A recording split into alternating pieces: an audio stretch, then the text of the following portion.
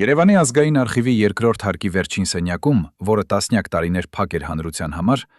պատի հին երկաթե պահարանում գտնվեց մի թղթապանակ, որի կարմիր շապիկի վրա մեքենագրված էր «Գործողություններ ապրիլ-մայիս 1994»։ Բայց երբ արխիվարները բացեցին այն, նրանք հայտնաբերեցին, որ 3 էջը պակասում էին, անհետացել էին բոլորովին։ Կարծես մեկը նպատակաուղված կերպով էր հանել դրանք, եւ միայն մնացած փաստաթղթերի համարակալումից էր երևում, որ կորած էջերը վերաբերում էին մայիսի վերջին օրերին, երբ ըստ պաշտոնական պատմագրության ճակատում լռություն էր հաստատվել, թեև ականատեսները վկայում էին այլ բան։ Հենց այդ օրերին հայկական ուժերը պատրաստվում էին մեծ հարձակման, որը կարող էր փոխել ողջ պատերազմի ելքը։ Եվ հիմա, 30-ից ավելի տարի անց, այս կորած էջերը դարձել են սենսացիայի առարկա, քանի որ դրանք, ըստ որոշ փորձագետների, պարունակում էին այն հեռախոսազրույցի ստենոգրամը, որը կանգնեցրեց կոմանդոսի տանկերը մի քանի տասնյակ կիլոմետր Բաքվից։ Աշխարհում կան պատերազմներ, որոնք ավարտվում են հաղթանակով, կան պարտությամբ, բայց կան նաև այնպիսիները, որոնք ավարտվում են հարցական նշանով։ Եվ 1994 թվականին Բիշկեկում ստորագրված պալատադարը հենց այդպիսի հարցական նշանի տակ թողեց ողջ մի սերունդ, որը տասնամյակներ շարունակ փորձում է հասկանալ, ինչու էր անհրաժեշտ կանգնեցնել հարձակումը, երբ հակառակորդը արդեն թուլանում էր։ Ինչու էր անհրաժեշտ բանակցել, երբ ճակատագիրը բարեհաջող էր։ Եվ ամենակարևորը, ով էր այն մարդը, որը կանգնեցրեց Աղդամի ուղղությամբ շարժվող զինված ուժերի առաջխաղացումը։ Այս հարցերը տասնամյակներ շարունակ հետապնդեցին Աղդամի ազատագրման մասնակիցներին, քանի որ նրանք գիտեին, թե ինչ էր կորել այն օրը, երբ Երևանից հեռախոս եկավ եւ հրամայեց դադարեցնել գործողությունները։ Կորել էր հնարավորությունը շարունակելու առաջխաղացումը դեպի արևելք։ Կորել էր հնարավորությունը ստեղծելու ավելի լավ պայմաններ բանակցությունների համար։ Կորել էր հնարավորությունը վերջնականապես լուծելու անվտանգության ու անվտանգության հարցը։ Եվ ամենակարևորը, կորել էր կոմանդոսի հավատը դեպի նրանք, ովքեր նստում էին Երևանի պաշտոնական սենյակներում եւ որոշումներ էին կայացնում այն մարդկանց ճակատագրի մասին, ովքեր կռվում էին հողի համար։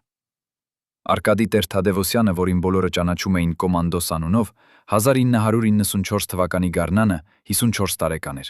եւ նա արդեն 2 տարի էր ինչ զբաղվում էր այն գործով, որը նա համարում էր իր կյանքի գործը՝ Արցախի ազատագրումը։ Եվ այդ 2 տարվա ընթացքում նա վերածվել էր լեգենդի, մարդու, որի անունը միայն լսելով հակառակորդը սկսում էր նահանջել, քանի որ կոմանդոսը միշտ գնում էր առաջ, անկախ դժվարություններից, անկախ կորուստներից, անկախ քաղաքական հանգամանքներից, եւ հենց այդ անկոտրում կամքն էր, որ դարձրել էր նրան ոչ միայն ռազմական առաջնորդ, այլև խորհրդանիշ։ Սակայն 1994 թվականի մայիսին, երբ նրա զորամասերը Աղդամ գրավելուց հետո պատրաստվում էին շարունակելու առաջխաղացումը, ինչ-որ բան փոխվեց։ Եվ այդ փոփոխությունը եկավ ոչ թե ճակատից, այլ հետևից, Երևանից, քաղաքից, որտեղ մարդիկ չէին լսում ականների պայթյունները, բայց որոշումներ էին կայացնում պատերազմի մի մասին։ Այդ մայիսյան երեկոյան, երբ կոմանդոսը նստած էր իր դաշտային շտաբում եւ ուսումնասիրում էր քարտեզները, պլանավորելով հաջորդ օրերի գործողությունները, մուտք եկավ կապի սպան եւ հայտնեց, որ Երևանից հեռախոս կա, շատ կարևոր հեռախոս, եւ երբ կոմանդոսը վերցրեց ունկնդձայնը, նա լսեց ձայն, որը ճանաչում էր։ Ձայն, որը պատկանում էր մարդուն, ով նստում էր պաշտոնական սենյակում եւ չէր տեսել այն, ինչ տեսել էին նրանք, ճակատում մարտնչողները։ Եվ այդ ձայնը սկսեց խոսել բանակցությունների մասին, պալատադարի մասին, միջազգային հանրության ճնշման մասին։ Եվ կոմանդոսը լռում էր, քանի որ նա հասկանում էր, որ այս խոսակցությունը փոխելու է ամեն ինչ։ Եվ իսկապես, մի քանի րոպե անց նա ստացավ հրաման դադարեցնել առաջխաղացումը, պահպանել դիրքերը, սպասել հետագա հրահանգներին։ Ինչու էր այդ հրամանը տրվել հենց այդ պահին, երբ հաջողությունը այնքան մոտ էր։ Ինչու էր անհրաժեշտ կանգնեցնել բանակը, որը շարժվում էր առաջ, կործանելով հակառակորդի պաշտպանությունը, եւ ամենակարևորը, ով էր կայացրել այդ որոշումը, եւ ով էր համոզել նրան, որ հենց այդ պահին անհրաժեշտ է դադարեցնել ամեն ինչ։ Մոտ 30 տարի անց, երբ արխիվները սկսեցին աստիճանաբար բացվել եւ հին փաստաթղթերը դառնալ հասանելի հետազոտողների համար, հայտնվեց մի մարդ, որը պնդում էր, թե ինքը գիտի ճշմարտությունը,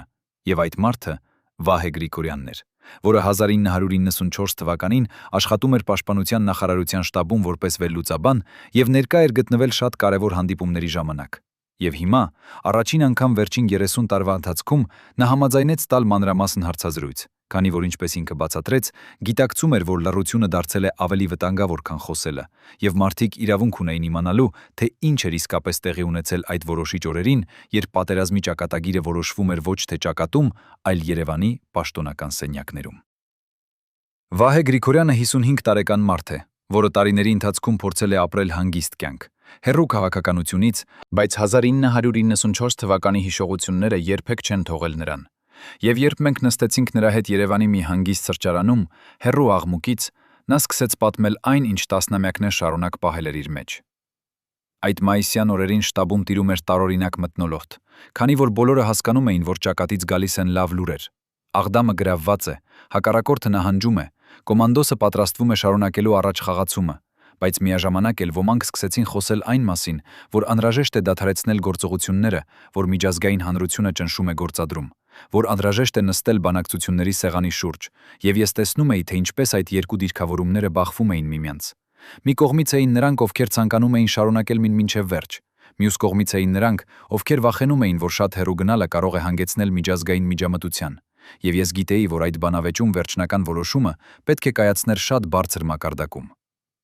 Վահեն հիշում է, որ հենց այդ օրերին շտաբում հայտնվեց մի մարդ, որին նախկինում նա չէր տեսել, եւ այդ մարդը, Արամ Ավագյանը,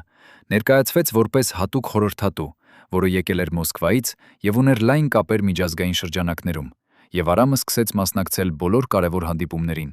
միշտ նստելով այնպես, որ նրան չէր նկատվում, միշտ լսելով, բայց քիչ խոսելով, եւ միայն երբեմն միջամտելով, հարցնելով մանրամասներ, տեղեկություններ, եւ Վահեն զգում էր, որ այդ մարդը ներկայությունը փոխում է սենյակի մթնոլորտը։ Սակայն այն ժամանակ նա դեռ չէր հասկանում, ինչպես եւ ինչու։ Արամ Ավագյանը չէր թվում սովորական խորհրդատու, շարունակում է Վահեն։ Նա խոսում էր խորը գիտելիքով միջազգային իրավունքի, դիվանագիտության, ռազմավարության մասին, եւ երբ նա բացատրում էր, թե ինչու անհրաժեշտ է զգույշ լինել, նրա փաստարկները թվում էին համոզիչ, սակայն հետագայում, երբ ամեն ինչ ավարտվեց այնպես, ինչպես ավարտվեց, ես սվարտվեց, ես սկսեցի մտածել, արդյոք նրա խորհուրդները իսկապես ծառայում էին մեր շահերին, թե մեկ ուրիշի։ Վահեն պատմում է, որ հենց Արամ Ավագյանն էր, ով ամենաակտիվորեն պաշտպանում էր այն դիրքորոշումը, որ անհրաժեշտ է անմիջապես դադարեցնել ռազմական գործողությունները եւ սկսել բանակցություններ, եւ նա շեշտում էր, որ եթե հայկական ուժերը շարունակեն առաջ խաղացումը, ապա դա կարող է հանգեցնել Ռուսաստանի ռազմական միջամտության ազերբայջանական կողմի օգնության համար։ Կարող է հանգեցնել միջազգային պատժամիջոցների, կարող է հանգեցնել լրիվ մեկուսացման։ Եվ այդ փաստարկները, ինչքան էլ վախեցուցիչ էին, գտնում էին արձագանք պաշտոնական շրջանակներում, քանի որ բոլորը հիշում էին Աֆղանստանի փորձը, ինչպես երբեմն հաղթանակը կարող է վերածվել վիրավորանքի, եթե միջազգային հանրությունը դառնում է հակառակորդ։ Բայց Վահեն հիշում է նաև մեկ այլ մանրամասն, երբ հանդիպումներից մեկի ընթացքում Արամը մի պահ դուրս եկավ հեռախոսազանգ կատարելու համար, եւ Վահեն, որը պատահականորեն անցնում էր միջանցքով, լսեց, թե ինչպես Արամը խոսում էր ռուսերեն։ Հա, ամեն ինչ ընթանում է ըստ պլանի, նրանք համաձայնվելու են դադարեցնել, ես համոզված եմ։ Եվ այդ խոսակցությունը, որը տևեց միայն մի քանի վայրկյան, մնաց Վահեի հիշողության մեջ, քանի որ դրանից հետո նա սկսեց նախազգուշանալ եւ ուշադրություն դարձնել Արամի բոլոր քայլերին։ Այսօր 30 տարի անց Վահե Գրիգորյանը պնդում է, որ Արամ Ավագյանը եղել է այն հիմնական ուժը, որը համոզել է Երևանի ղեկավարությանը կանգնեցնել կոմանդոսի առաջխաղացումը։ Եվ եթե նա իսկապես աշխատում էր որևէ մեկի հանձնարարությամբ, ապա այդ մեկը մտահոգված էր ոչ թե Հայաստանի շահերով, այլ այն բանով, որ հայկական հաղթանակը չփոխի տարածաշրջանի ռազմավարական հավասարակշռությունը։ Սակայն ապացուցելը դժվար է, քանի որ Արամ Ավագյանը հետագայում անհետացել է Մոսկվայի մեջ, եւ եթե որևէ մեկը փորձի գտնել նրա մասին տեղեկություններ, նա հայտնաբերելու է, որ այդ անունը գտնվում է տասնյակ տարբեր փաստաթղթերում, որպես խորհրդատու, որպես դիվանագետ, որպես բիզնեսմեն, բայց երբեք որպես գործակալ, որը պետք է դադարեցներ մի պատերազմ, որը սկսում էր փոխել պատմության ընթացքը։ Կարող եք պատկերացնել, ինչպիսին կլիներ այսօր քարտեզը, եթե այդ հեռախոսազանգը երբեք տեղի չունենար։ 2 ամիս անց, երբ արդեն բոլորը կարծում էին, որ պատմությունը փակվել է եւ պալատադարը դարձել է անշեջ փաստ, Վահե Գրիգորյանի տուն եկավ մի մարդ, որը ներկայացավ Սերգեյ անունով, եւ խնդրեց մի քանի րոպե խոսակցություն անձնական հարցի շուրջ։ Եվ երբ նրանք նստեցին հյուրասենյակում, Սերգեյը, որը շուրջ 40 տարեկան էր եւ ուներ նախկին զինծառայողի արտաքին, հանեց իր պայուսակից հին նոթատետր, կապուտ կոշտ կազմով, որի էջերը դարձել էին դեղնավուն ժամանակից, եւ ասաց. Ես աշխատում էի շտաբում որպես գաղտնազերծող։ Իմ աշխատանքն էր վերծանել հաղորդագրությունները, որոնք գալիս էին շտաբ գաղտնագրված ձևով, եւ այս նոթատետրում ես պահել եմ բոլոր այն հաղորդագրությունների պատճենները, որոնք ես վերծանել եմ 1994 թվականի ապրիլ-մայիս ամիսներին։ Եվ կան այնտեղ հաղորդագրություններ, որոնք երբեք չեն հասել պաշտոնական զեկույցներին, քանի որ ինձ ասել էին ոչնչացնել դրանք, բայց ես չարեցի, քանի որ ես հասկանում էի, որ դրանք կարևոր են, եւ հիմա ես ուզում եմ, որ դու տեսնես դրանք։ Վահեն վերցրեց նոթատետրը եւ սկսեց թերթել էջերը, որոնց վրա ձեռագիր էր գրված տասնյակ հաղորդագրությունների բովանդակությունը, ամսաթվերով, ժամերով, ուղարկողների կոդերով, եւ առաջին էջերում ամեն ինչ թվում էր սովորական. դիրքերի մասին զեկույցներ, ռազմամթերքի պահանջներ, վիրավորների թվաքանակ։ Բայց հետո, երբ նա հասավ մայիսի վերջի հաղորդագրություններին, նա տեսավ մի բան, որը սառեցրեց նրա արյունը։ Գաղտնագրված հաղորդագրություն, որը ստացվել էր մայիսի 23-ին, ժամը 23:30, եւ որի բովանդակությունը հետեւյալն էր. Ծածկագիր, առամ հաստատում է, միջազգային մակարդակում պայմանավորվածություն է ձեռք բերվել, անհրաժեշտ է դադարեցնել առաջխաղացումը ոչ ուշ, քան մայիսի 25, քաղաքական առաջնորդությունը պատրաստ է տալ համապատասխան հրամանները։ Կոմանդոսի անձնական բժիշկը Վարդան Համբարձումյանը տարիներ շարունակ լռում էր այն մասին, ինչ տեսել էր 1994 թվականի մայիսի 25-ին, երբ Աղդամի գրավումից հետո նա մտավ Արկադի Տեր-Թադևոսյանի դաշտային վրան եւ հայտնաբերեց իր պացիենտին նստած ծանր օպերատիվ քարտեզների առջև, այնպիսի վիճակում, որը բժիշկը երբեք չէր տեսել նախկինում։ Եվ երբ Վարդանը մոտեցավ եւ դիպավ կոմանդոսի ուսին, նա զգաց, որ այդ մարդը, որը միշտ եղել էր ամուր եւ անխոցելի, այժմ փշրվում էր ներսից, քանի որ նրա ձեռքերը դողում էին այնպես, ինչպես դողում են մարդկանց ձեռքերը, երբ նրանք պայքարում են շատ ուժեղ ցավի դեմ։ Եվ կոմանդոսը առանց նայելու բժշկին լուռ ձեռքով ցույց տվեց քարտեզը, այնտեղ, որտեղ կարմիր սլաքներ ցույց էին տալիս հաջորդ գործողությունների ուղղությունները, ուղղություններ, որոնց երբեք չէր տրվելու իրականանալ։ Վարդան Համբարձումյանը, որը այսօր 81 տարեկան է եւ ապրում է Երևանի Նոր Նորքի թաղամասում իր դստեր հետ, առաջին անգամ համաձայնեց մանրամասն պատմել այն, ինչ տեսավ այդ օրը, քանի որ նա գիտակցում է, որ պատմությունը պետք է գրվի ոչ միայն ռազմական զեկույցներով, այլև բժշկական դիտարկումներով, որոնք ցույց են տալիս ինչ էր տեղի ունենում ռազմական առաջնորդների հոգու եւ մարմնի մեջ այն պահին, երբ նրանց ստիպում էին դադարեցնել այն, ինչի համար նրանք պայքարել էին։ Երբ ես մտա վրան, պատմում է Վարդանը, իր թրթրացող ձայնով, որը դեռևս պահպանում է պրոֆեսիոնալ բժշկի ճշգրտությունը, ես անմիջապես նկատեցի, որ Աղդամի գրավման հաղթանակի ուրախությունը, որը պետք է լցներ այդ սենյակը, բացակայում էր, եւ դրա փոխարեն սենյակը լցված էր մռայլ լռությամբ, եւ կոմանդոսը, որը միշտ պահպանում էր իր ֆիզիկական եւ էմոցիոնալ ուժը, նույնիսկ ամենադժվար իրավիճակներում, այժմ նստած էր այնպես, ասես նրա ուսերը բեռնված էին աշխարհի ամբողջ ծանրությամբ, եւ երբ ես չափեցի նրա արյան ճնշումը, ես տեսա թվեր, որոնք վտանգավոր էին, 190 ընդդեմ 110, եւ նրա զարկերակների փարում այնքան ուժեղ էր, որ ես անմիջապես հասկացա, այս մարդը գտնվում էր հիպերտոնիկ կրիզի եզրին։ Բայց ի՞նչն էր կոտրել կոմանդոսին։ Ի՞նչն էր այդ հրամանը, որը փոխեց հաղթանակը անհույսության։ Վարդանը պատմում է, որ նա փորձեց համոզել կոմանդոսին ընդունել դեղամիջոցներ եւ հանգստանալ, բայց Տեր-Թադևոսյանը մերժեց, ասելով, որ նա պետք է մտածի, պետք է որոշի, թե ինչպես բացատրի իր զինվորներին, որ այն, ինչի համար նրանք արյունահեղություն արեցին, այժմ կանգնեցվելու է քաղաքական որոշմամբ, եւ Վարդանը տեսավ, թե ինչպես կոմանդոսի աչքերում, որոնք միշտ փայլում էին վճռականությամբ, այժմ երևում էր մի բան, որը նա չէր տեսել նախկինում։ Անհույսություն։ Ոչ թե դեպի թշնամին, այլ դեպի իր սեփականներին, դեպի նրանց, ովքեր նստում էին հեռու ճակատից եւ որոշումներ էին կայացնում, հասկանալով ռազմավարությունը, բայց չհասկանալով այն գինը, որը զինվորները վճարում էին դաշտում։ Բժիշկը նկատեց նաեւ մի այլ մանրուք, որը նրան խորապես անհանգստացրեց։ Երբ կոմանդոսը խոսում էր Երևանից եկած հրամանների մասին, նրա աջ ձեռքը ձգվում էր դեպի կրծքավանդակը, այնտեղ, որտեղ սիրտն էր։ Եվ այդ անգիտակից շարժումը, որը տևում էր միայն 2-3 վայրկյան, խոսում էր շատ բան նրան, ով տասնամյակներ շարունակ սովորել էր կարդալ մարմնի լեզուն։ Ես բժիշկ եմ, շարունակում է Վարդան Համբարձումյանը, եւ ես տեսել եմ, թե ինչպես ճակատային վնասվածքները սպանում են մարդկանց ֆիզիկապես։ Բայց այդ գիշեր ես տեսա մի բան ավելի վտանգավոր։ Ես տեսա, թե ինչպես հոգեվոր վնասվածքը սպանում է մարդու հավատը։ Եվ երբ մարդը, ով ղեկավարում է բանակ, կորցնում է հավատը դեպի իր սեփական ղեկավարությունը, դա ավելի վտանգավոր է, քան ցանկացած ֆիզիկական վիրավորանք, քանի որ դա սարսափելի հարված է ոչ միայն մեկ մարդու, այլ ամբողջ մի բանակի ընդհանուր հոգեվիճակին։ Վարդանը վերցրեց իր հին բժշկական ամսագիրը, որտեղ նա գրառումներ էր անում յուրաքանչյուր օրվա վերջում, եւ բացեց մայիսի 25-ի էջը, որտեղ իր նրբանկատ ձեռագրով գրված էր. Պացիենտ ՏԹ, արտահայտված հիպերտոնիա, էմոցիոնալ անկում։ Փորձեցի համոզել հանգստանալ, մերժեց, ասաց, Ինչպես կարող եմ հանգստանալ, երբ ինձ հրամայեցին դավաճանել իմ զինվորներին։ Չհաջողվեց տալ դեղամիջոցներ։ Պացիենտը հաստատակամ է շարունակելու աշխատանքը։ Շատ անհանգստացած եմ նրա վիճակի համար։ Այդ գրառումը, որը արվել է ավելի քան 30 տարի առաջ, այսօր կարդվում է որպես փաստաթուղթ, որը ցույց է տալիս, ինչպիսին էր իրական գինը այն որոշման, որը կայացվեց Երևանում։ Վարդանը պատմում է նաև, որ հաջորդ օրը մայիսի 26-ին, երբ նա կրկին այցելեց կոմանդոսին, նա գտավ զինվորական առաջնորդին ոչ թե քարտեզների առջև, այլ դուրս, դաշտում, որտեղ նա խոսում էր իր զինվորների հետ։ Եվ Վարդանը տեսավ, թե ինչպես այդ մարդը, որը վերջին գիշեր գրեթե կոտրվել էր, այժմ կրկին կանգնած էր ուղիղ,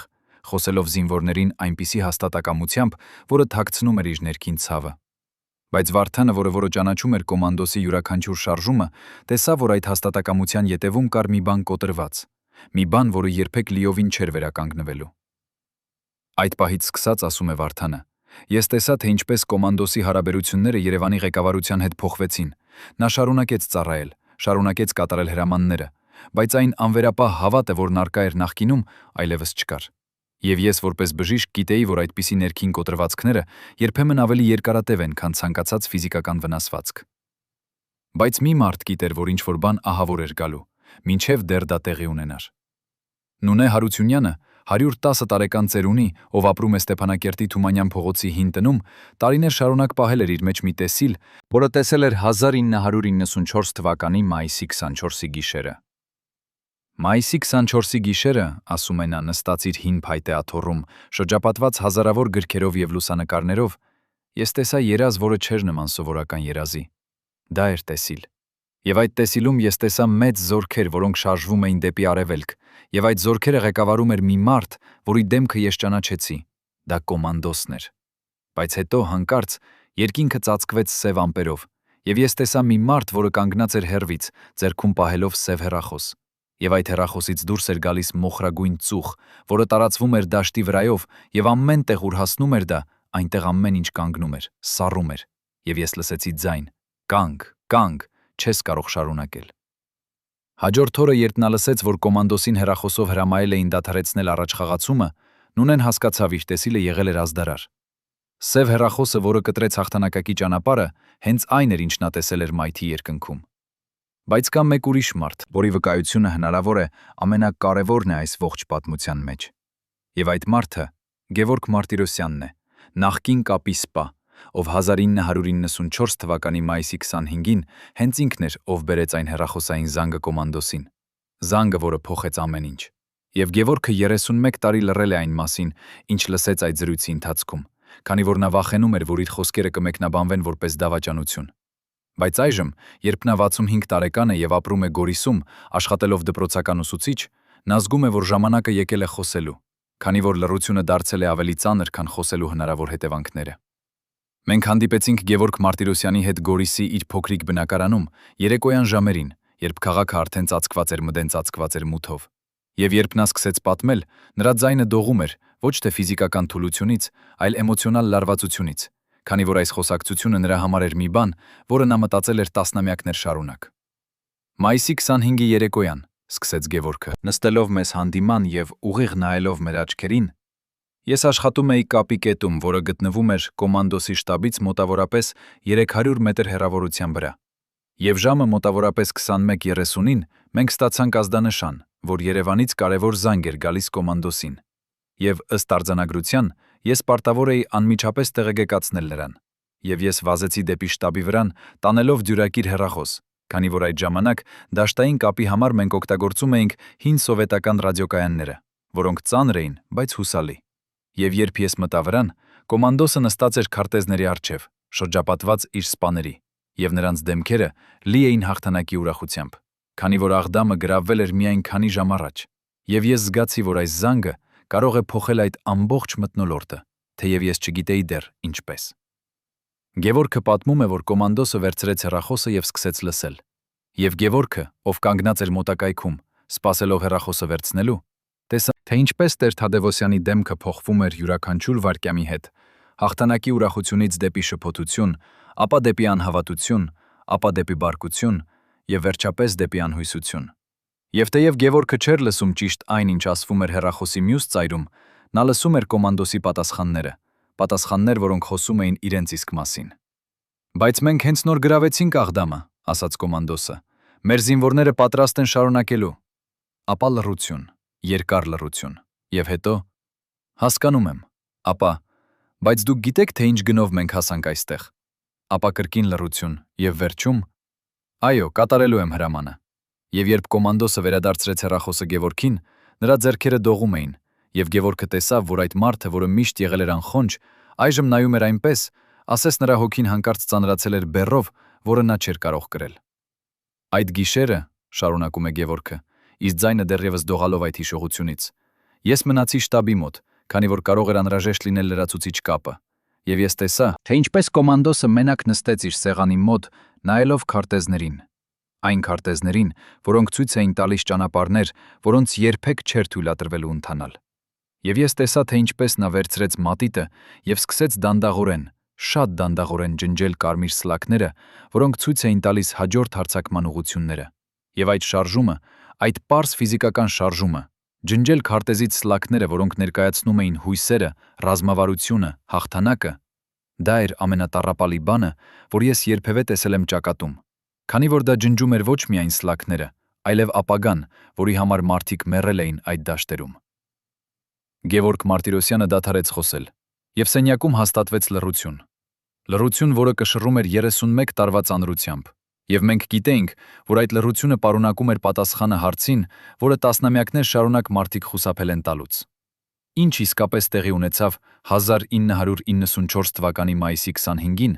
երբ մի հեռախոսային զանգ փոխեց ճակատագիրը։ Եվ այդ պատասխանը հիմա այստեղ էր։ Պարզ եւ ցավալի, ասված մի մարդու կողմից, ով տեսել էր այդ ամենը իր աչքերով եւ պահել էր այն իր մեջ 3 տասնամյակ, մինչև վերջապես գտավ ուժ խոսելու։ Երբ մարդու մարմինը ենթարկվում է ծայրահեղ սթրեսի, երբ նրա հոգին պայքարում է այնպիսի որոշումների դեմ, որոնք հակասում են նրա ամբողջ էության, ֆիզիոլոգիան սկսում է խոսել այն լեզվով, որը բժիշկները կոչում են իշխանության ֆիզիոլոգիա։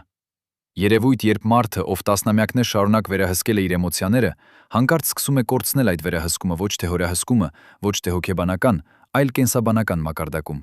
Եվ հենց դա էր տեղի ունենում Արկադի Տեր-Թադևոսյանի հետ այն շաբաթներին, որոնք հաջորդեցին մայիսի 25-ի հեռախոսազանգին, երբ նրա մարմինը, որը տասնամյակներ շարունակ ծառայել էր նրան անխափան, սկսեց ուղարկել ազդանշաններ, որոնք բժիշկները ճանաչում էին որպես վտանգի նախազգուշացում, բայց որոնք կոմանդոսը համառորեն անտեսում էր։ Ում էր, քանի որ նա հավատում էր, որ կամքը կարող է հաղթահարել ցանկացած ֆիզիկական թուլություն։ Դոկտոր Արմեն Սարգսյանը, որը 1994 թվականից հետո դարձավ կոմանդոսի անձնական կարդիոլոգը, պահպանել է մանրամասն բժշկական գրառումներ, որոնք այսօր, երբ դրանք ուսումնասիրվում են հետադարձ հայացքով, բացահայտում են ցնցող պատկեր։ Ինչպես քաղաքական որոշումները կարող են բառացիորեն սպանել մարդու սիրտը։ Հունիսի սկզբին, պատմում է դոկտոր Սարգսյանը, նստած իր Երևանի կլինիկայի սենյակում, որտեղ պատերը ծածկված են դիպլոմներով եւ շնորհակալագրերով, երբ կոմանդոսը առաջին անգամ եկավ ինձ մոտ, ոչ թե իր նախաձեռնությամբ, այլ քանի որ Վարդան Համբարձումյանը պնդեց, որ նա պետք է անցնի լրիվ սրտանոթային զննում։ Ես տեսա մարդու, որի էլեկտրակարդիոգրամը ցույց էր տալիս այն, ինչ մենք կոչում ենք լռելիային իշեմիա, սրտի մկանի արյունամատակարարման խանգարում, որը տեղի է ունենում առանց ցավի, առանց ակնհայտ ախտանիշների, բայց որը կարող է հանգեցնել կատաստրոֆիկ հետևանքների։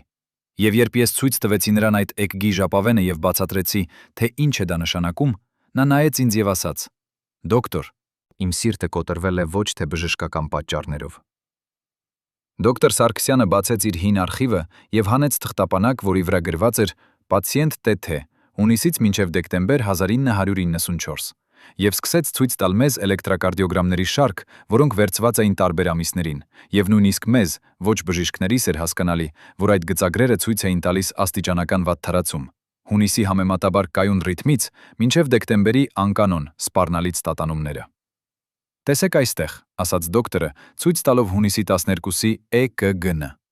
Այս ST հատվածի իջեցումը ցույց է տալիս, որ սրտի մկանը չի ստանում բավարար թթվածին, եւ երբ ես հարցրի նրան, արդյոք նա զգում է կրծքավանդակում անհարմարություն, նա ասաց. «Միակ անհարմարությունը, որ ես զգում եմ, դա այն է, որ ես չեմ կարող անել այն, ինչ պետք է անեի»։ Եվ ես հասկացա, որ խոսում եմ մարդու հետ, ում համար ֆիզիկական ցավը երկրորդական էր հոգևոր ցավի համեմատ։ Բայց ամենավտանգավորը չէր ինքը սրտանոթային խնդիրը, այլ այն, որ կոմանդոսը մերժում էր ընդունել իր վիճակի լրջությունը։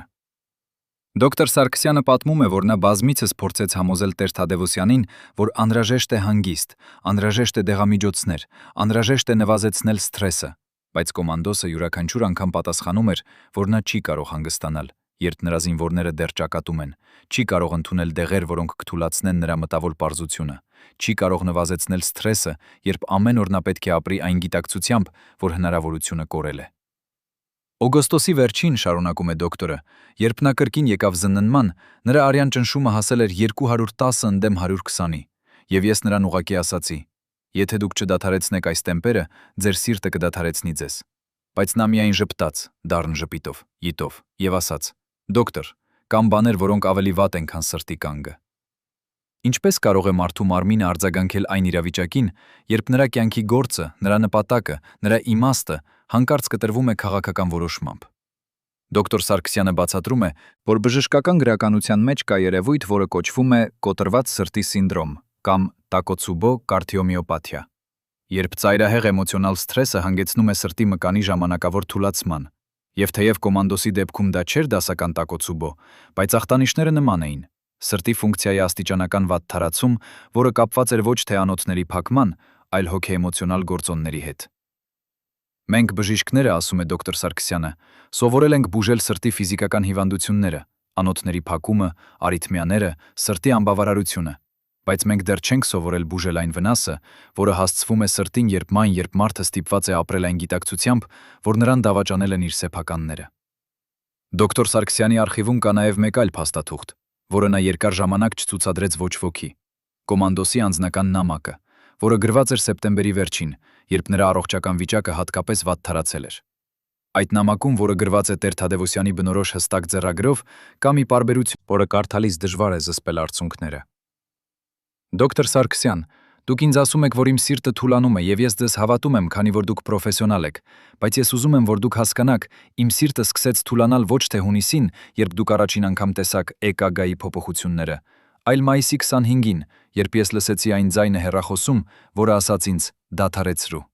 Եվ այդ պահից սկսած իմ սիրտը ապրում է երկու ռեժիմով, մեկը, որը շարունակում է զարկել, քանի որ մարմինը պահանջում է դա, եւ մյուսը, որը արդեն կանգ է առել, քանի որ հոգին չի կարող ընդունել այն, ինչ տեղի ունեցավ։ Երևանի կենտրոնակական պետական արխիվի 3-րդ հարկի հատուկ պահպանման բաժնում, որտեղ մուտքը թույլատրվում է միայն հատուկ թույլտվությամբ եւ որտեղ ջերմաստիճանը միշտ պահպանվում է 18 աստիճանի, գտնվում է մի հավաքածու, որը կատալոգավորված է որպես ֆոնդ 347, ցուցակ 12, գործ 1847։ Եվ այդ գործի ներսում երկաթե պահարանում, որը բացվում է երկու տարբեր բանալիներով, պահվում են 36 էջ ստենոգրամների, հեռագրերի եւ ծածկագրված հաղորդագրությունների, որոնք վերաբերում են 1994 թվականի ապրիլ-մայիս ամիսներին։ Եվ այդ փաստաթղթերի մեջ, եթե ուշադիր կարդաս, կարող ես գտնել պատասխանները այն հարցերին, որոնք տասնամյակներ շարունակ մարդիկ տվել են միմյանց. ով, երբ, ինչու, եւ ամենակարևորը, ում շահերին էր ծառայում այն որոշումը, որը կանգնեցրեց հայկական բանակի առաջխաղացումը։ Արխիվար Սուսաննա Ավետիսյանը, որը 62 տարեկան է եւ աշխատում է այս արխիվում արդեն 40 տարի, առաջին անգամ համաձայնեց ցույց տալ մեզ այդ փաստաթղթերը, պայմանով, որ մենք չենք լուսանկարի որոշակի էջոնք, դեռևս համարվում են գաղտնի, բայց նույնիսկ այն, ինչ մենք կարող էինք տեսնել, բավական էր հասկանալու համար, որ պատմությունը, որը պատմվել է հանրությանը, եւ պատմությունը, որը գրված է այս փաստաթղթերում, շատ տարբեր են։ Երբ ես առաջին անգամ կարդացի այս փաստաթղթերը, ասում է Սուսաննան, նստած արխիվի ընթերցասրահում, որտեղ միայն մեր ձայները խախտում էին լռությունը, ես հասկացա, որ այն, ինչ տեղի ունեցավ 1994 թվականին, չէր պարզապես ռազմական որոշում կամ քաղաքական անհրաժեշտություն, այլ ավելի բարդ խաղի մաս, որտեղ Հայաստանը եղել է ոչ թե խաղացող, այլ խաղաքարտ։ Սուսաննան բացեց առաջին թղթապանակը եւ ցույց տվեց մեզ փաստաթուղթ, որը թվագրված է մայիսի 19-ը, 6 օր առաջ Աղդամի գրավման, եւ այդ փաստաթուղթը հեռագիր է, որը ուղարկված է Երևանից Ստեփանակերտ, ուղղված պաշտպանության նախարարին, եւ հեռագրի բովանդակությունը հետեւյալն է. ըստ ստացված տեղեկությունների, պատրաստվեք հնարավոր միջազգային միջամտության, եթե գործողությունները շարունակվեն ներկա տեմպերով, խորհուրդ է տրվում մշակել ելքի ռազմավարություն, որը թույլ կտա պահպանել ձեռքբերված դիրքերը առանց հետագա ընդլայնման։ Այս հեռագիրը, որը գրված է 6 օր առաջ հաղթանակի, արդեն պարունակում է այն մտքի սերմը, որը հետագայում կդառնա հրաման, դադարեցնել առաջխաղացումը։ Եվ Սուսաննան ցույց է տալիս, որ այդ հեռագիրը ստորագրված է ոչ թե ռազմական, այլ քաղաքական պաշտոնյայի կողմից, մարդու, ով չէր եղել երբևէ ճակատում, բայց որը ուներ լայն կապեր Մոսկվայի հետ։ Հաջորդ փաստաթուղթը, որը Սուսաննան ցույց է տալիս, ավելի անհանգստացնող է։ Դա ծածկագրված հաղորդագրություն է, որը ստացվել է մայիսի 22-ին, եւ որը երբ վերծանվել է, պարունակում է հետևյալ տեքստը. Աղբյուր Դելտա հաստատում է. ռուսական կողմը պատրաստ է միջամտել, եթե հայկական ուժերը շարժվեն դեպի Աղդամից արևելք, ժամկետը մինչև մայիսի 25։ Անհրաժեշտ է ապահովել դադարեցում մինչև այդ ամսաթիվը։ Այս հաղորդագրությունը, որի ծագումը դեռևս անհայտ է, հստակ ցույց է տալիս, որ որոշումը կանգնեցնել կոմանդոսի առաջխաղացումը կայացվել էր ոչ թե Երևանում, այլ ավելի հեռու, Մոսկվայում, եւ որ այդ որոշումը փոխանցվել էր Երևան որպես ուլտիմատում, ոչ թե որպես առաջարկ։ Երբ դու կարդում ես այս փաստաթղթերը, ասում է Սուսաննան, դու հասկանում ես, որ մայիսի 25-ի հեռախոսազանգը, որը կոմանդոսը ստացավ, չէր անակնկալ որոշում, այլ նախապես պլանավորված գործողության վերջնական քայլ, գործողության, որը սկսվել էր շաբաթներ առաջ, եւ որի նպատակը եղել է ապահովել, որ հայկական հաղթանակը չգերազանցի այն սահմանները, որոնք ընդունելի էին Մոսկվայի համար։ Բայց ամենաշոկային փաստաթուղթը, որը Սուսաննան ցույց է տալիս մեզ, գտնվում է թղթապանակի վերջում։ Դա մայիսի 26-ի ամսաթվով ստենոգրամ է, որը գրանցել է հեռախոսային զրույցը Երևանի եւ Մոսկվայի միջև։ Զրույց, որը տեղի է ունեցել ճիշտ 1 օր անց կոմանդոսին տրված հրամանից, եւ այդ ստենոգրամում, որը գրված է ռուսերեն, կա հետևյալ փոխանակումը. Երևան, մենք կատարեցինք ձեր պահանջը, գործողությունները դադարեցված են։ Մոսկվա, լավ, բայց մենք ստացել ենք տեղեկություններ, որ դաշտում դժգոհություն կա։ Երևան, դաշտային հրամանատարները հասկանում են անհրաժեշտությունը։ Մոսկվա, համոզվեք, որ Տեր Թադևոսյանը չի փորձի շարունակել սեփական նախաձեռնությամբ։ Երևան, նա կատարում է հրամանները։ Մոսկվա, լավ է, հիշեցրեք նրան, որ մենք երաշխավորում ենք անվտանգությունը, եթե նա համագործակցի։ Այս ստենոգրամը, որը տասնամյակներ շարունակ պահվել է փակ արխիվում, բացահայտում է ճշմարտությունը, որը շատերը կասկածում էին, բայց չէին կարող ապացուցել որոշումը կանգնեցնել հայկական առաջխաղացումը, եղել է ոչ թե Հայաստանի ինքնուրույն որոշում, այլ Մոսկվայի պահանջ։ Պահանջ, որը ներկայացվել է որպես երաշխավորություն անվտանգության համար, բայց որը իրականում եղել է սահմանափակում, որը նպատակ է ունեցել ապահովել, որ Հայաստանը չդառնա չափազանց ուժեղ տարածաշրջանում։ Սուսաննա Ավետիսյանը փակեց թղթապանակը եւ նայեց մեզ այնպիսի հայացքով, որը խոսում էր ավելին, քան ցանկացած բառ կարող էր խոսել։ Այս փաստաթղթերը, ասաց նա, ցույց են տալիս, որ պատմությունը, որը մենք սովորեցել ենք մեր երեխաներին, պատմությունը, որը պատմվում է պաշտոնական հանդիսություններում, դա միայն մի մասն է ճշմարտության։ Եվ մյուս մասը, այն մասը, որը գրված է այս էջերում, ցույց է տալիս, որ փոքր ազգերի հաղթանակները միշտ սահմանափակվում են մեծ տերությունների շահերով։ Եվ 1994 թվականին Հայաստանը սովորեց այդ դառը դասը այնպիսի գնով, որը դեռևս վճարվում է այսօր։ Բայց եթե Մոսկվան էր այն ուժը, որը կանգնեցրեց կտոմանդոսի տանկերը, ապա ով էր այն մարդը Մոսկվայում, ով կայացրեց այդ որոշումը, եւ ինչու էր նրան այնքան կարևոր, որ հայկական առաջխաղացումը դադարեր հենց այդ պահին։ Վլադիմիր Կարպովը, նախկին Ռուսաստանի Դաշնության արտաքին գործերի նախարարության բարձրաստիճան պաշտոնյա, որը 1994 թվականին աշխատում էր Անդրկովկասի վարչությունում, 3 տարի առաջ հրապարակեց հուշագրություններ, որոնք սենսացիա առաջացրեցին Ռուսաստանում, քանի որ դրանք առաջին անգամ բացահայտում էին ներքին քննարկումները, որոնք տեղի էին ունենում Մոսկվայում Ղազկայում-Ղարաբաղյան հակամարտության վերաբերյալ։ Եվ այդ հուշագրություններում Կարպովը նկարագրում է հանդիպում, որը տեղի ունեցավ մայիսի 21-ին, 4 օր առաջ կոմանդոսին տրված հրամանի։ Հանդիպում, որին ներկա էին արտաքին գործերի նախարարության, պաշտպանության նախարարության եւ հատուկ ծառայությունների ներկայացուցիչները։ Եվ այդ հանդիպման ընթացքում, ըստ Կարպովի, քննարկվեց հարցը, թե ինչպես արձագանքել հայկական ուժերի արագ առաջխաղացմանը Ղարաբաղում։ Մոսկվայի Սմոլենսկայա հրապարակից 3 քառակուսի հեռավորության վրա Արբատի հին շենքերից մեկի 4-րդ հարկում, որտեղ պատուհաններից երևում է Կրեմլի աշտարակները, գտնվում է փոքրիկ բնակարան, որտեղ վերջին 10 տարին ապրում է Իգոր Վոլկովը, 84 տարեկան նախկին գնդապետ, որը 1994 թվականին ծառայում էր գլխավոր հետախուզական վարչությունում եւ ուներ հատուկ պատասխանատվություն Անդրկովկասի օպերատիվ իրավիճակի վերլուծության համար։ Եվ երբ մենք նստեցինք նրա հյուրասենյակում, որը լի էր հին ռազմական քարտեզներով եւ խորհրդային դարաշրջանի հուշանվերներով, նա սկսեց պատմել այն, ինչ տասնամյակներ շարունակ պահել էր գաղտնի, քանի որ ինչպես ինքը բացատրեց, կան գաղտնիքներ, որոնք մարդ տանում է գերեզման, բայց կան նաեւ գաղտնիքներ, որոնք եթե չասես, դառնում են ավելի վտանգավոր, քան ասելը։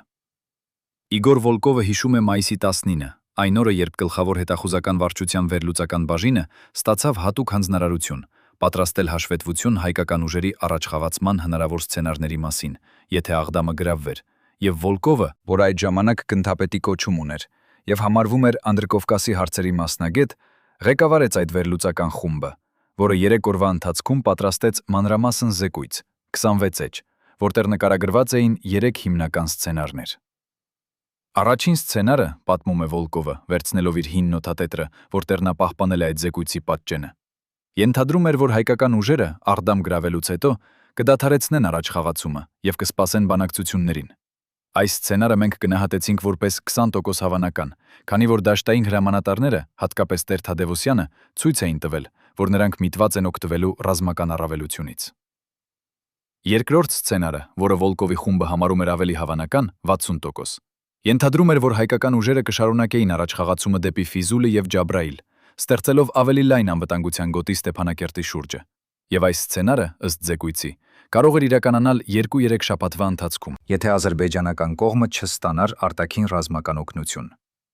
Բայց երրորդ սցենարը, որը գնահատվել էր որպես 20% հավանական, բայց որը համարվում էր ամենավտանգավորը Մոսկվայի շահերի համար, ենթադրում էր, որ հայկական ուժերը, օգտվելով ադրբեջանական բանակի քայքայումից, կարող էին շարունակել առաջխաղացումը դեպի արևելք, մինչև Աղստաֆա կամ նույնիսկ Գյանջա։ Եվ այս սցենարը, ըստ զեկույցի, կարող էր ստեղծել իրավիճակ, որտեղ Ռուսաստանը ստիպված կլիներ ընտրել կամ ընդունել Հայաստանի լիակատար հաղթանակը, կամ միջամտել ռազմական ուժով։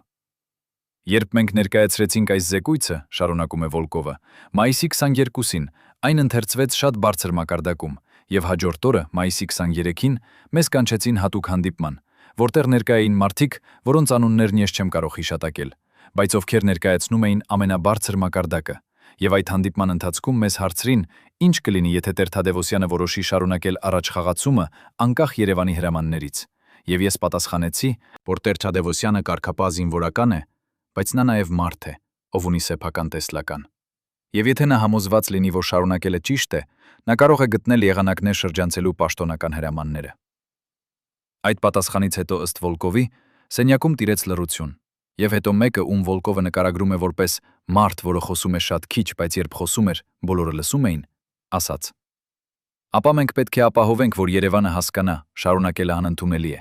եւ որ Տեր Թադևոսյանը ստանա հստակ հրաման դադարեցնել, եւ եթե անհրաժեշտ լինի, մենք պետք է ապահովենք, որ այդ հրամանը կատարվի։ Վոլկովը հիշում է, որ այդ խոսքերից հետո հանդիպումը ավարտվեց, եւ հաջորդ 2 օրվա ընթացքում նա տեսավ, թե ինչպես դիվանագիտական ուղիներով Մոսկվան սկսեց գործադրել ճնշում Երևանի վրա։ Հեռախոսազանգեր, հանդիպումներ, խորհուրդներ, որոնք իրականում ուլտիմատումներ էին։ Եվ մայիսի 25-ին, երբ նա լսեց, որ կոմանդոսին հրամայել են դադարեցնել գործողությունները, նա հասկացավ. Մոսկվան հասել էր իր նպատակին։ Բայց ինչու էր Մոսկվան այդքան մտահոգված հայկական հաղթանակով։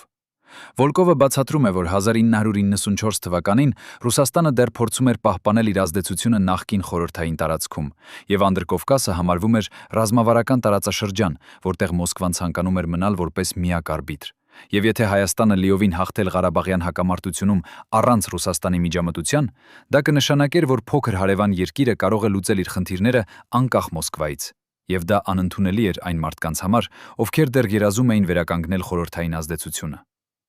Նրանք չէին ուզում, որ Հայաստանը դառնա չափազանց ուժեղ, ասում է Վոլկովը,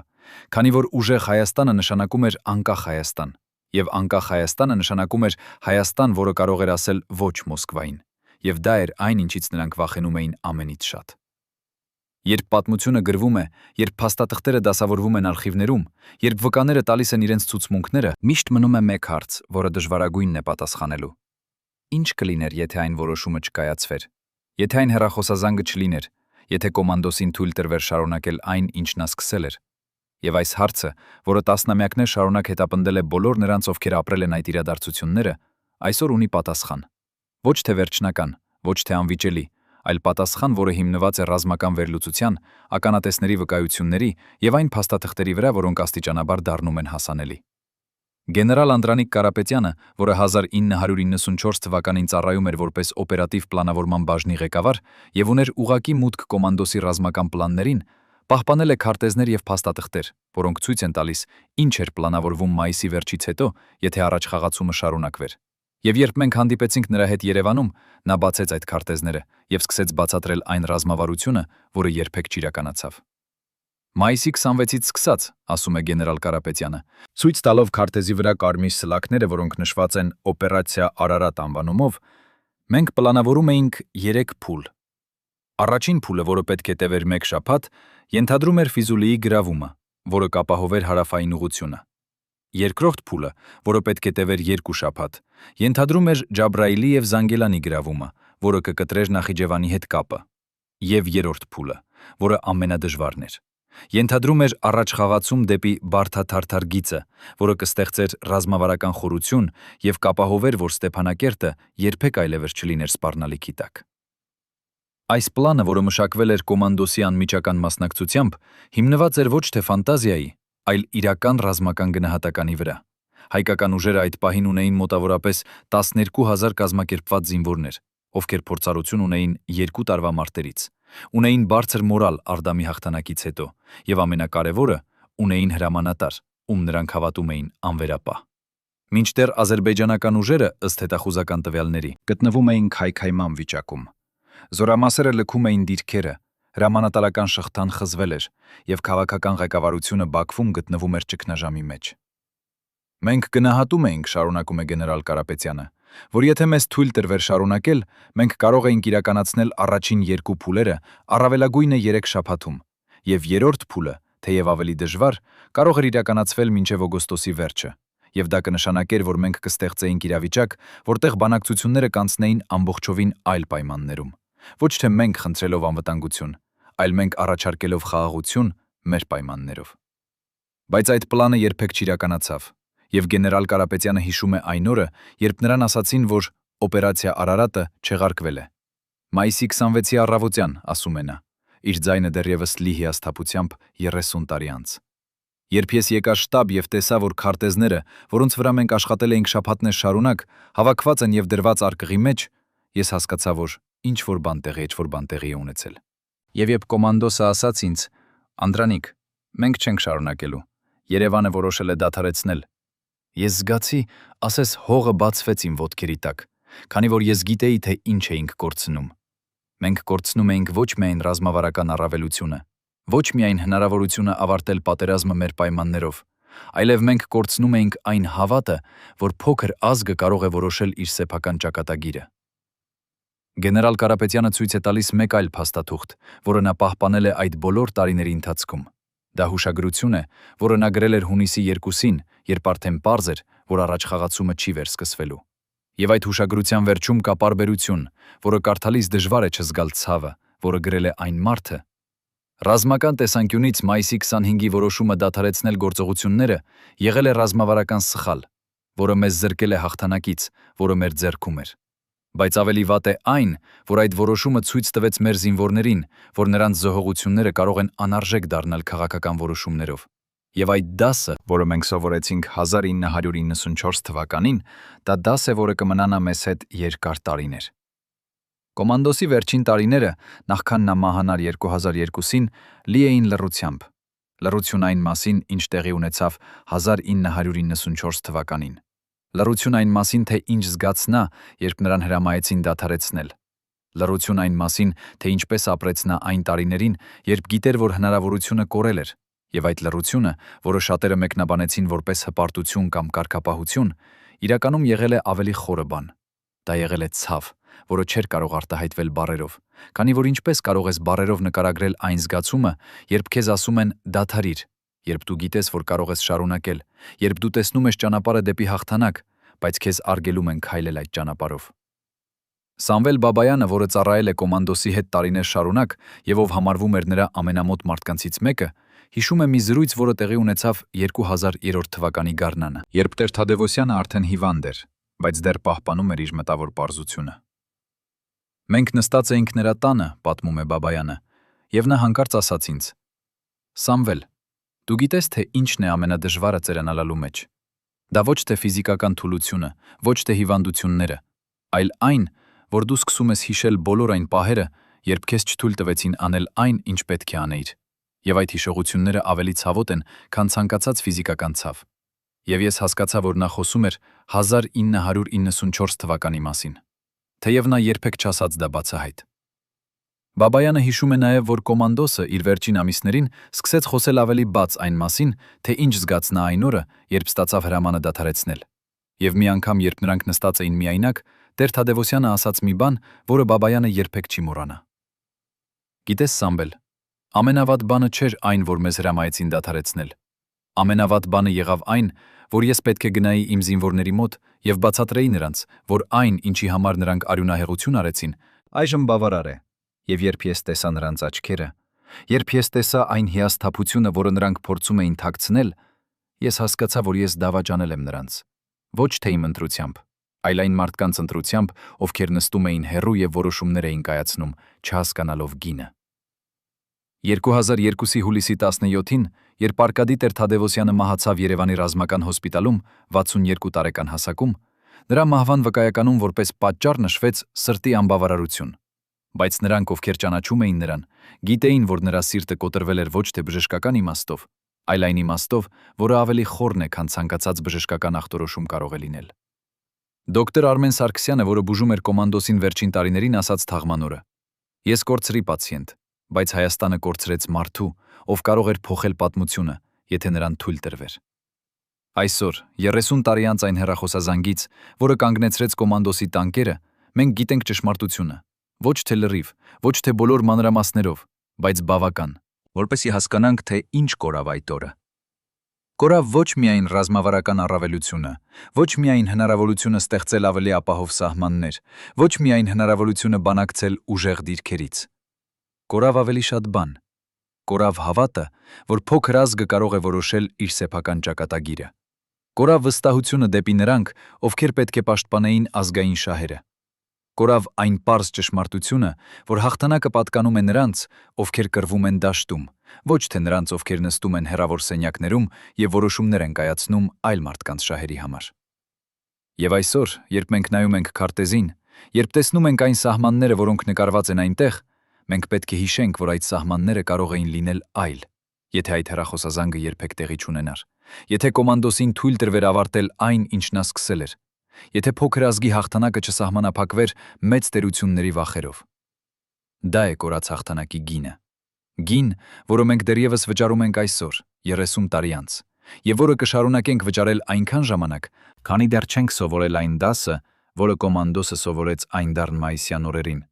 որ ազգերի ճակատագիրը չի կարող հստահվել այլոց ձեռքերին, եւ որ հաղթանակները, որոնք չեն ավարտվում, վերածվում են պարտությունների, որոնք տևում են սերունդներ։